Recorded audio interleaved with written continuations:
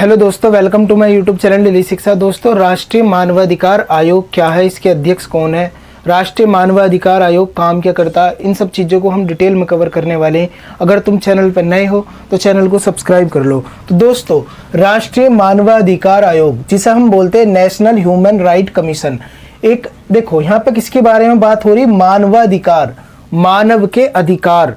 एक ऐसा हमारे देश में आयोग है जो लोगों के मानव के अधिकारों की बात करता। ये मानव के जो अधिकार होते हैं, हमारे जो अधिकार हैं, उन्हें प्रोटेक्ट करने का काम करता। और उस आयोग का पूरा नाम है राष्ट्रीय मानवाधिकार आयोग। अब तुम समझो कि मानवाधिकार होते क्या, मानव अधिकार होते क्या है। हर व्यक्ति को, चाहे वो किसी भी धर्म, जाति, मूल, वंश कहीं भी पैदा हुआ हो, हर व्यक्ति को कुछ पैदाइश से ही अधिकार मिल जाते हैं। जैसे एक अधिकार है कि हर व्यक्ति को गरिमापूर्ण जीवन जीने का अधिकार है, तो ये इसका क्या है, मानव अधिकार है कि उसे, हर व्यक्ति को ये अधिकार मिला हुआ कि वो जब इस धरती पर पैदा हो जाएगा तो वो अपना जो जीवन है वो गरिमापूर्ण तरीके से जिएगा और उससे उसे कोई भी वंचित नहीं कर सकता। और अगर हमारे देश में वंचित करेगा कोई उसे, तो राष्ट्रीय मानवाधिकार आयोग निकल कर आएगा और उसकी हेल्प करेगा। तो ऐसे बहुत सारे कुछ अधिकार मिले हुए हैं हमें जन्मजात, ताकि हम इस धरती पर या इस देश में अपना जीवन अच्छे से व्यतीत कर सके और अच्छे से अपना कामकाज कर सके। तो देखो, इसकी जो स्थापना हुई थी वो कब हुई थी, 12 अक्टूबर 1993। एक प्रश्न पेपर में पूछा जाता, क्या एक ये संवैधानिक निकाय है, तो पूरा संविधान पढ़ोगे तो भी इसका कहीं तुम्हें जिक्र नहीं मिलने वाला, तो संवैधानिक निकाय नहीं हुआ। तो फिर ये क्या है, ये एक क्या है, वैधानिक निकाय है। वैधानिक निकाय क्या होता, जिसका गठन किसके द्वारा करा जाता है, एक कानून बनाकर करा जाता।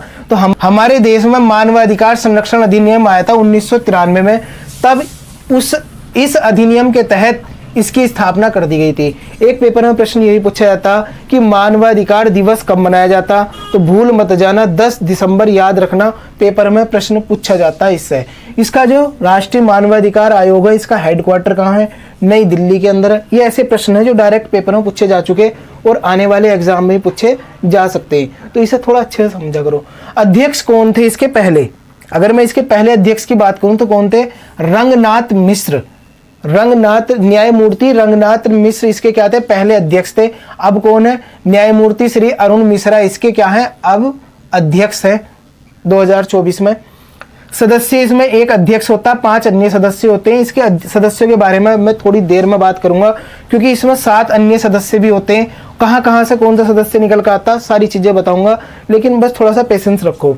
कार्यकाल कितना होता, 370, यानी कि काम करते हुए 3 साल हो गए हूँ, राष्ट्रीय मानवाधिकार आयोग में काम करते हुए 3 साल हो गए हूँ, या उम्र 70 साल हो गई हो, तो क्या हो जाओगे, फिर तुम्हें इससे अब तुम्हारी पद मुक्ति हो जाएगी, तुम्हें ये इससे अपना इस्तीफा देना पड़ेगा। और एक बार अगर तुम इससे इस्तीफा दे दिया, यानी कि तुम्हारा कार्यकाल पूरा हो गया, तो फिर तुम कोई से भी किसी भी पद के योग्य नहीं रहते, ना ही राज्य सरकार के अधीन, ना ही केंद्र सरकार के अधीन, किसी भी पद के योग्य तुम नहीं रहोगे। अब इनकी नियुक्ति देख लो कैसे होती, जैसे अध्यक्ष है, मान लो ये सदस्य है, इनकी नियुक्ति कैसे होती, तो नियुक्ति कौन करते हैं, हमारे देश के राष्ट्रपति साहब करते हैं। कौन करते हैं, राष्ट्रपति महोदय। क्या राष्ट्रपति अपने आप इनकी नियुक्ति कर देते हैं, तो आंसर इसका नो, राष्ट्रपति अपने आप से नियुक्ति नहीं करते। दरअसल एक कमेटी होती है जिसमें प्रधानमंत्री साहब होते हैं, लोकसभा के अध्यक्ष होते हैं, राज्यसभा के उपसभापति होते हैं, दोनों सदनों के, लोकसभा राज्यसभा दोनों सदनों के मुख्य विपक्षी दलों के नेता होते हैं, और एक गृह मंत्री होते हैं। ये 4-5 आदमी मिलकर बैठते हैं और क्या करते हैं, जैसे किसी का अध्यक्ष की नियुक्ति करनी तो उसका नाम प्रस्तुत करते हैं, और राष्ट्रपति क्या करते हैं, उसको मोहर लगा देते हैं, और वो क्या बन जाता, उसका अध्यक्ष सदस्य बन जाता। तो ये पेपर में पूछा जा चुका कि जो मानव अधिकार के अध्यक्ष की नियुक्ति करने वाली कमेटी होती है, सदस्यों की नियुक्ति करने वाली कमेटी होती है, उसमें कौन होते या कौन नहीं होते, इस तरीके से पेपर में प्रश्न पूछ लिया गया। तो इसे अच्छे से समझ लेना दोस्तों। इसकी जो भूमिका है वो कैसी है, सलाहकारी। सलाहकारी क्या होती है, अगर मान लो कहीं पे अगर ये केंद्र सरकार को या राज्य सरकार को कोई अपना आदेश देता, तो उसकी मर्जी है कि वो माने या ना माने। केंद्र सरकार की मर्जी है कि वो इसे मानती या नहीं मानती। अगर इसने कोई सलाह दी मानव अधिकार के लिए कि तुम इस तरीके का कोई कानून बनाओ, तो उसकी मर्जी है सरकार की।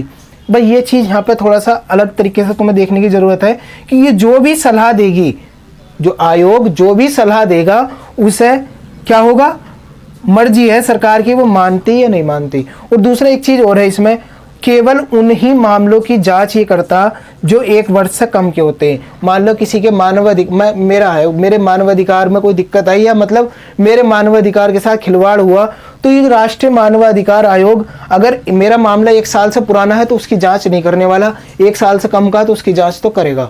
तो ये इसमें यहाँ पे लिखा गया। दोस्तों एक बात और यहाँ पे समझ लो, जैसे ये राष्ट्रीय मानवाधिकार आयोग है, ये करता क्या है, मैंने हालांकि तुम्हें बता दिया, मानवाधिकारों के मतलब रक्षा करता, मानव के जो अधिकार होते हैं उन्हें प्रोटेक्ट करने का काम करता। जैसे जेल में बंद कैदी हो गए, कहीं उनके साथ ब्रूटल तरीके से उनके साथ अत्याचार तो नहीं हो रहा, या और भी जैसे न्यायालय में मानवाधिकार से संबंधित कोई भी केस होता उसमें ये अपना हस्तक्षेप कर सकता, लोगों के बीच में मानव अधिकारों के लिए जागरूकता भी ये फैलाता। तो इस तरीके के मानव अधिकार से संबंधित जो भी कार्य होते हैं ये हमारे मानवाधिकार आयोग करता। और देखो इसकी पदमुक्ति कैसे होती, पदमुक्ति होती है प्रेसिडेंट। एक तो ये तरीका कि अपना आप ये मतलब इस्तीफा दे दे कि मेरे बस की बात नहीं है, देखो मैं नहीं कर पा रहा, तो इसकी पदमुक्ति हो गई। एक ही होता है कि राष्ट्रपति करेंगे, जैसे क्या हो गया, मान लो अध्यक्ष है ना, सब लोग दिवालिया हो गया हो या क्या हो गया हो, पागल हो गया हो, या एक तरीके से उस पर न्यायालय में केस चल रहा हो, तो इस तरीके के मामले में राष्ट्रपति क्या करेंगे, उसे अध्यक्ष को या सदस्य को उसे मानवाधिकार आयोग से निकाल देंगे। तो ये तो हो गया सिंपल तरीका कि भाई पागल हो गया हो या दिवालिया हो गया हो या वो मतलब न्यायालय में उस पर केस चल रहा हो, इस तरीके का कोई मामला हुआ तो राष्ट्रपति खुद ही हटा देंगे। लेकिन मानवाधिकार आयोग के सदस्यों पर, अध्यक्ष पर अगर दुराचरण या अक्षमता का आरोप लगता तो इसकी जांच पहले सुप्रीम कोर्ट करेगा।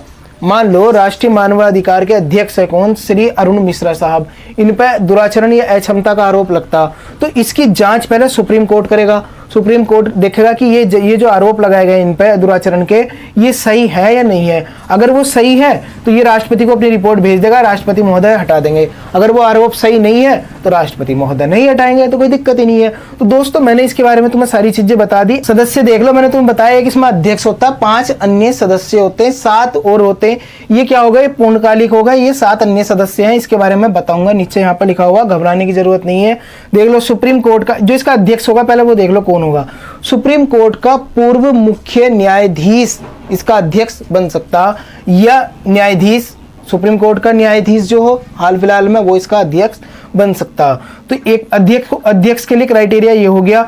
और देखो इसके अन्य सदस्य 5 ये है ना, 5 में देख लो, एक कौन होगा, सुप्रीम कोर्ट में कार्यरत या रिटायर्ड जज, सुप्रीम कोर्ट में काम करने वाला रिटायर्ड या जो अब काम कर रहा वो जज, इसका एक सदस्य होगा। 5 है ना यहाँ पे, तो एक तो ये हो गया, अध्यक्ष का मैंने बता दिया तुम्हें।